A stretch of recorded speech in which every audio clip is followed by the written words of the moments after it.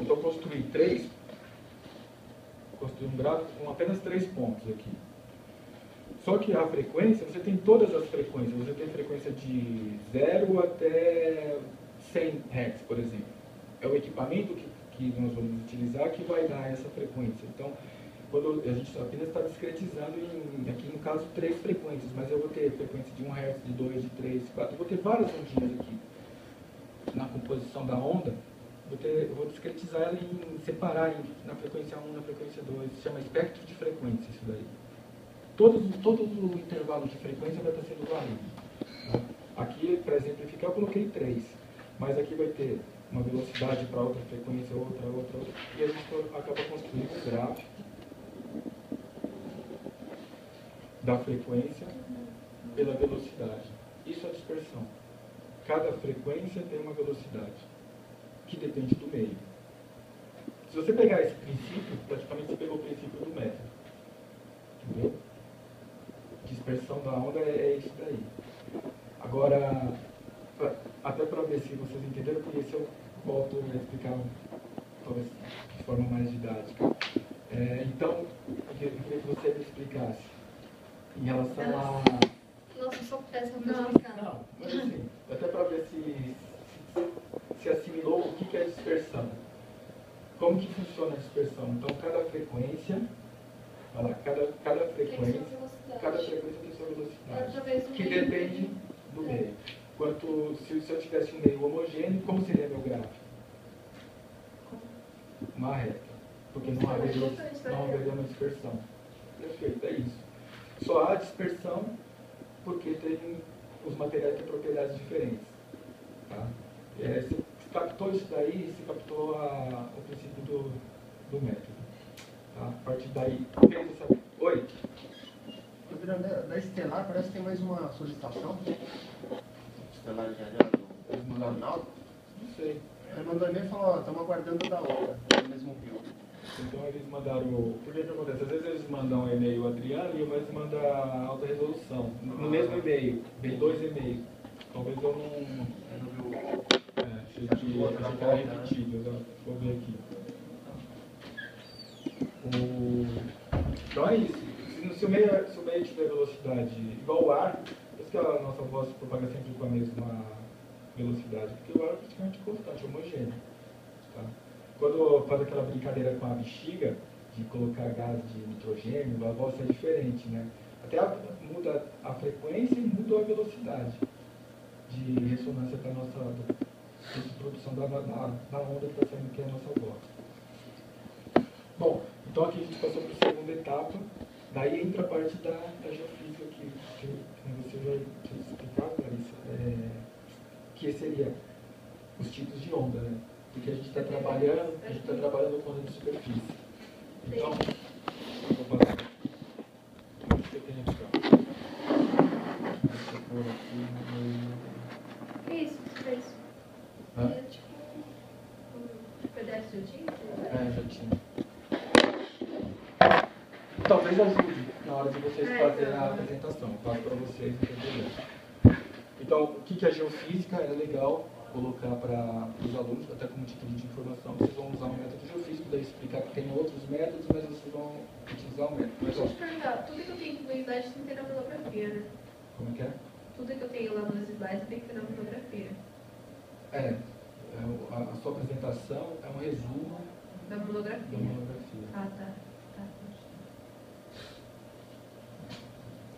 Então, o seu TCC tem que estar inclusive mais completo que a monografia, que a apresentação. Então, aqui, geofísica é a ciência que investiga fenômenos físicos da Terra e procura correlacionar as propriedades físicas dos materiais e a constituição interna da Terra. Isso aqui é a geofísica básica. Tá? A geofísica tanto acadêmica, que é a que estuda a Terra, estuda os planetas, constituição dos planetas, enfim. E no nosso caso, daí tem vários tipos de fenômenos físicos. Gravidade. Então você consegue determinar se um meio, por exemplo, uma jazida. Como que o pessoal descobre uma jazida? Muitas das vezes, medindo a gravidade, já consegue saber se naquela região tem um excesso de massa ou uma falta de massa. Se tiver um excesso de massa, ou seja, um lugar era para ter lá, sei lá, um lugar com material, um granito, geralmente ele tem 2,7 gramas por centímetro cúbico. Você vai num lugar, no lugar todo, eu percebi que ele está com 3 gramas por centímetros cúbicos. Está com excesso. Pô, esse material não é granito. Esse material deve ter algum outro tipo de material, minério de ferro, algum tipo de mineral que está dando essa anomalia. Uma falta de massa também, muitas das vezes, pode ser uma cavidade. Então é um dos métodos geofísicos que você poderia determinar uma grande caverna. Magnetismo, campo magnético, é um fenômeno físico. Então está no interior da Terra, é um método que você consegue também determinar alguns tipos de materiais. Porque alguns materiais, se você ferro magnético e outros não. Se você está passando com um aparelho e dá uma alteração no campo eletromagnético, possivelmente ele pode ser uma jazida de minério de ferro. Eletricidade é outro fenômeno físico, ninguém precisa falar, vocês vão estudar. E as ondas elásticas é o que vocês vão entrar, tem que dar uma abordagem top do trabalho de vocês, que está naquela aula 1 ali. Tá? Isso daqui é interessante passar tanto no TCC, se está no TCC, quanto na apresentação. Então, cada fenômeno físico é sensível a uma propriedade física. E aqui está o que eu estava dizendo. Gravidade é a variação da densidade. O magnetismo, suscetibilidade magnética. Eletricidade, resistividade elétrica. E as ondas elétricas é sempre a velocidade de propagação da onda. E que tem a ver com a densidade do material. Tá? Quanto mais, normalmente, quanto menos denso, menor a velocidade. É só uma informação, mas isso daí também vai estar nas... Menor a velocidade? Geralmente, quanto menor a densidade, menor a velocidade. Tem diretamente correlacionado. E quanto maior a densidade, maior a velocidade de propagação da onda.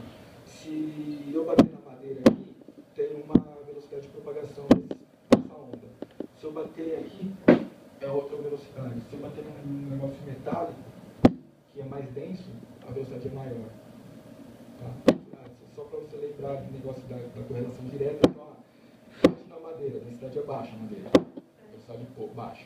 Bate no metal, Bate em rocha alta. bate no sino, a velocidade vai embora. Cor de rocha alta. Geralmente rocha alta. Que é o que faz a gente conseguir determinar as espessuras das camadas. Saber se o material é mole, se é duro, se é resistente, enfim.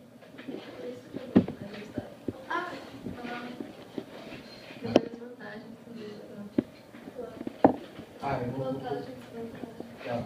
Então a gente vai até na apresentação de que eu tenho aqui. Vamos ver se chega nisso. Então, quando eu tinha falado da geofísica como um fenômeno físico, pode ser gravimetria, pode ser elétrico, propagação de ondas, isso daí serve para o meio acadêmico. Agora, a geofísica aplicada é basicamente a utilização dessas ferramentas geofísicas às necessidades sociais, que daí entra para os engenheiros, para qualquer tipo de obra. Então, uma diferenciação. Tem uma diferenciação assim, por exemplo, se você... Tem várias faculdades hoje em dia de engenharia de geofísica. Tem o IAG, que é lá na USP. Tem uma faculdade no Rio de Janeiro, que é a Universidade Federal Fluminense. Tem uma universidade lá na Bahia. Tem uma universidade que fez em São do Sul. Cada uma delas é voltada para uma área da geofísica.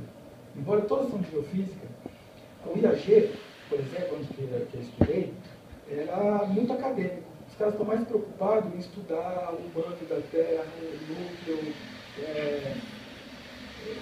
tectônica de placas, terremotos, enfim. Daí, chega na Universidade Federal Fluminense, quem banca lá o curso, praticamente é o pessoal da Petrobras. Daí é uma geofísica muito voltada para a investigação de petróleo. Tá? Na Bahia, a mesma coisa. Bahia foi o primeiro lugar que teve exploração de petróleo no Brasil.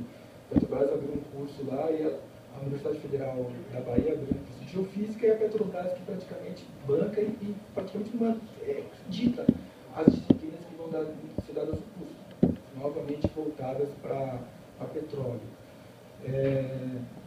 Então, o que eu quis dizer aqui é isso: a geofísica aplicada à utilização da geofísica como um todo, só que as necessidades sociais. Qual que é as necessidades sociais? Fazer um túnel, um aqueduto, uma termoelétrica, uma usina nuclear, enfim, essas coisas. Para as necessidades sociais, você não precisa saber se o núcleo é níquel e ferro, quanto que é constituído disso. Só que é uma curiosidade, uma área acadêmica, e a geofísica também é empregada. Só que não seria a geofísica aplicada. Não sei se ficou claro. Mas depois eu tiro essa apresentação, talvez fique mais fácil para vocês entenderem. Então, a geofísica aplicada são métodos geofísicos, técnicas indiretas de investigação da subsuperfície. Então, essa do MSW, uma das vantagens já é essa. Muito provavelmente no curso de vocês aprenderam que tem sondagens mecânicas, né? SPT, sondagem de percussão, e sondagem mecânica mista. Sondagem mecânica, que pode ser SPT, mais a mecânica, que é retirar um testemunho e analisar. A geofísica não. A geofísica você vai fornecer uma informação para o engenheiro, para o técnico, sem retirar um testemunho. Ou seja, você vai aplicar um fenômeno físico e medir fazer algum fenômeno, que ocorra um fenômeno físico, por exemplo, a gente pode fazer na elétrica, injetar uma corrente elétrica, né? Essa corrente elétrica vai passar pelo meio, vai induzir uma diferença de potencial e a gente vai obter a resistividade elétrica do meio. No caso de vocês, a gente vai causar uma vibração, a onda vai se propagar e a gente vai medir o tempo de chegada da onda, a amplitude, a frequência, que vai obter algumas propriedades, no caso, propriedades mecânicas do meio. Então é sempre assim. Técnicas indiretas de investigação de superfície. Caracterizam por serem métodos não invasivos e não destrutivos. Então isso já é uma vantagem. Né? Você não precisa furar para obter uma imagem. Eu faço sempre uma analogia com a... Mas aquele método que... O downhole. Downhole e Então, crosshole. Ele é um dos métodos que tem que fazer um furo. Tá? Praticamente é um dos únicos métodos que tem que fazer. Ele acaba sendo destrutivo, invasivo no caso. Ele tem que fazer um furo para conseguir colocar o sensor dentro do furo para fazer as medidas. Mas na maioria das vezes não, a partir sempre da superfície. Alguns casos, não são todos, então. Você pegou justo o que não era pegar. Só tem esse, praticamente. Que fura, que acaba se tornando invasivo. É até legal que você fala, porque eu ia fazer uma analogia com a medicina. Hoje em dia, você está com algum probleminha, você vai no clínico. O clínico, ele te examina, pergunta lá o que está acontecendo com você, e está falando, estou com uma dor aqui no ombro. Ele fala, beleza, vamos fazer uma tomografia. Tá? A tomografia, a partir da imagem da tomografia, que não é invasiva, ele vai te dar um laudo. Vamos por uma cirurgia? É um método invasivo. Vamos tomar um remédio e tal, fazer uma fisioterapia? Não. Ele te dá um laudo, te dá um parecer em cima de uma imagem. A geofísica, para os engenheiros, é basicamente a mesma coisa. A gente fornece uma imagem para eles, do meio, e a partir daí eles podem tomar decisões, tanto os engenheiros quanto os geólogos. Vamos escavar... O curso qual vai ser melhor? Então, uma imagem geralmente é mais rápido, falando das vantagens, é mais rápido e cobre uma área muito maior. Porque se você toda vez for fazer sondagem na obra, no terreno, olha o custo disso. E você está com informações pontuais. E muitas das vezes você extrapola uma informação fiz uma sondagem aqui, aqui, eu construí um prédio nesse terreno. Fiz uma aqui no fundo do terreno e uma lá na frente. E interligo as camadas. Tá? Só que no meio, sei lá, tem um bloco de rocha eu não detectei. A geofísica, de certa forma, você consegue varrer sua área toda de uma maneira mais rápida e muitas vezes mais barata do que as